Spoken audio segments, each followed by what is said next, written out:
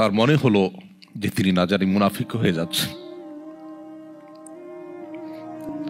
দুর্ভাগ্য আমাদের যে আমরা নিজেদেরকে মুসলিম দাবি করি,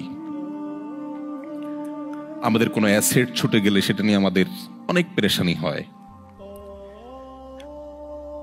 দেশে হয়তো আমার কোনো অ্যাসেট আছে, সেটা কেউ দখল করে ফেলছে, এটা নিয়ে আমাদের অনেক পেরেশানি হয়, হওয়াটা স্বাভাবিক। কিন্তু আমার ঈমান দুর্বল হয়ে যাচ্ছে কিনা, আমি কুফরের কাছাকাছি চলে যাচ্ছি কিনা,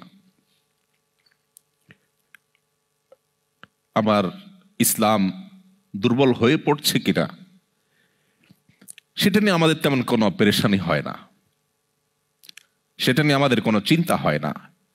মুহাম্মদ সাল্লাল্লাহু আলাইহি সাল্লাম যখন উপস্থিত ছিলেন, মদিনার ইসলামী রাষ্ট্র, সমাজ, সোসাইটি যখন ছিল, সেরকম একটা দারুণ সোনালী সময় যখন ছিল, তার ভেতরে অবস্থান করে যদি হানজালা নিজের ঈমান নিয়ে চিন্তিত হতে পারে, তাহলে আপনি আমি কিভাবে মাল্টিকালচারাল সোসাইটিতে বসবাস করে আমাদের ঈমান নিয়ে নিশ্চিন্ত হয়ে বসে থাকতে পারি?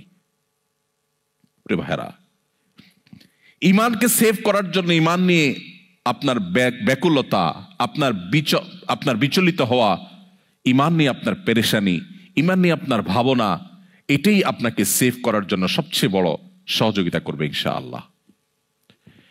এজন্য আমাদেরকে ঈমান নবায়ন করতে হবে। এখানে আমরা এসেছি ঈমান নবায়নের জন্য। আমরা ঈমানের কথা বলবো, ঈমানের কথা শুনবো, ঈমানের আলোচনা করব, ঈমানের পর্যালোচনা করব। এই বিষয়গুলো আমাদেরকে ঈমান নবায়ন করতে সাহায্য করবে ইনশাআল্লাহ। তাহলে প্রথম পয়েন্ট আমি শেষ করলাম 7টি পয়েন্টের। মাল্টিকালচারাল সোসাইটিতে ইসলাম প্র্যাকটিস করবার জন্য প্রথম যে বিষয়টি প্রয়োজন, সেটি হলো শক্তিশালী ঈমান। আল্লাহ রাব্বুল আলামিন সেই শক্তিশালী ঈমান আমাদের সবার বক্ষে ধারণ করার তৌফিক দান করুন। নাম্বার 2, দ্বিতীয়ত যে বিষয়টি প্রয়োজন তা হলো দ্বীনের বেসিক বিষয়গুলোর জ্ঞান। একজন মুসলিম হিসাবে এটি আমাদের অর্জন করা অপরিহার্য।